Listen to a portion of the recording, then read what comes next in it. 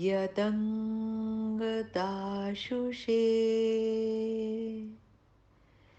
त्वमग्ने भद्रं करिष्यसि त्वमग्ने भद्रं करिष्यसि तवेतत् सत्यम् अङ्गिरः तवेतत् सत्यम् अङ्गिरः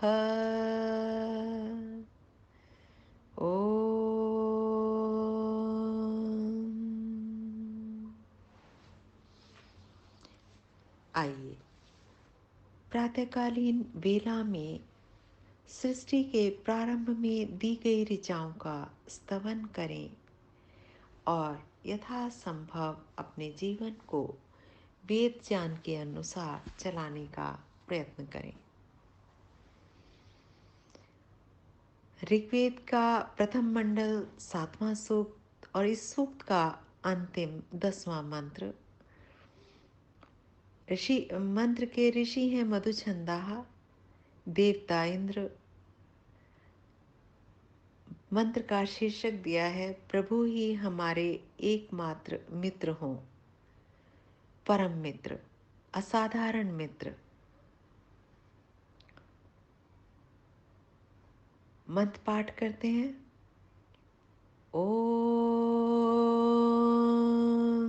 इंद्रम वो विश्व तस्परि हवामहे जनेभ्यः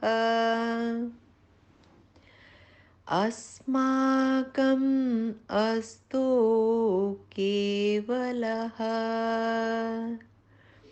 अस्माकमस्तु केवलः। ओम। पदार्थ देखते हैं। संसार में मनुष्य ही मनुष्य की सहायता करता है, ये आम प्रक्रिया है। संबंधी एक दूसरे के लिए सहायक होते हैं, परंतु ये सब संबंध व सहायताएं एक सीमा के बाद रुक जाती हैं, समाप्त हो जाती हैं। जब हमारा कोई भी सहायक नहीं रहता, कभी कभी ऐसा समय भी आता है कि हमें इस बड़े संसार में लगता है कोई हमारा नहीं है, कोई हमारी बात को समझता नहीं है। तो कहा है कि जब हमारा कोई भी सहायक नहीं रहता, उस समय प्रभु ही हमारे सहायक होते हैं। उस समय हम फिर प्रभु को पुकारते हैं, हे ईश्वर, मुझे कोई सहायता नहीं दिखाई दे रही है, अब आप मदद करो। मंत्र में कहते हैं कि विश्वतः जनेभ्य, सब लोगों से परे, अर्थात जब संसार में कोई भी अन्य व्यक्ति हमारा साथी नहीं रह जाता, तब क्या होता है? वह तुम सबके कल्याण के लिए इंद्रम, उस परम ऐश्वर्यशाली प्रभु पुरुष परमात्मा को हवामहे पुकारते हैं। जब सारा संसार हमारा साथ नहीं देता, तब भी प्रभु हमारे साथ होते हैं। ये प्रभु अस्माकम, हमारे केवलः असाधारण मित्र हों। हम सब संसार से अधिक प्रभु को चाहें। आत्मार्थे पृथ्वीं त्यजेत, आत्म तत्व की प्राप्ति के लिए हम संपूर्ण पृथ्वी का त्याग कर सकें।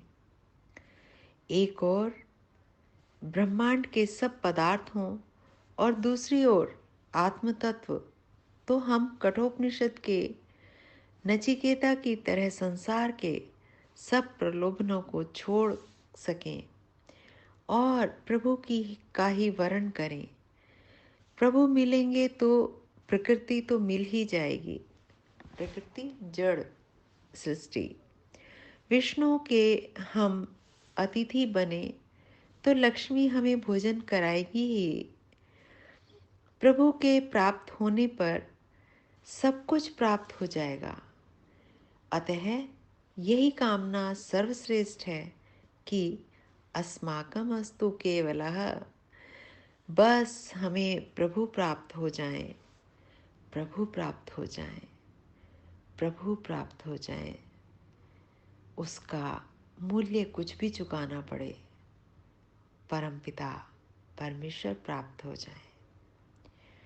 मंत्र का भावार्थ। जब हमारा कोई सहायक नहीं होता तब ये प्रभु हमारे सहायक होते हैं।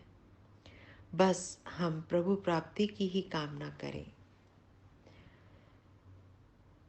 पूरा सूक्त हमें क्या बता रहा है इस विषय में देख लेते हैं थोड़ा सा। सूक्त का आरंभ भी प्रभु स्तवन से होता है। द्युलोक में उदय होता हुआ सूर्य, बरसता हुआ मेघ, दोनों प्रभु की अद्भुत विभूतियां हैं। प्रभु ही हमें विजयी बनाते हैं, हमारे लिए वेद ज्ञान का अपावरण करते हैं। प्रभु के अनंत दान है, ये मंत्र भी हमने देखा था। हम उनकी स्तुतियां कहाँ कर सकते हैं। ठीक बात तो यह है कि हम गव्वे हैं और प्रभु हमारे गोपाल हैं।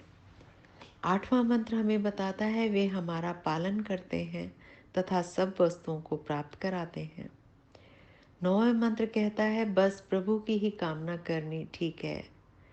अंतिम और 10वां मंत्र, वे प्रभु ही हमें वरिष्ठ हैं, सर्वोत्तम हैं, धन प्राप्त कराएंगे। ये इन्हीं शब्दों के साथ इस सूक्त का समापन होता है। अगले मंत्र में आगे देखेंगे कौन सा सूक्त हम देखेंगे। आज के मंत्र को यहीं विराम देते हैं। ओम इति शम। नमस्ते जी, धन्यवाद।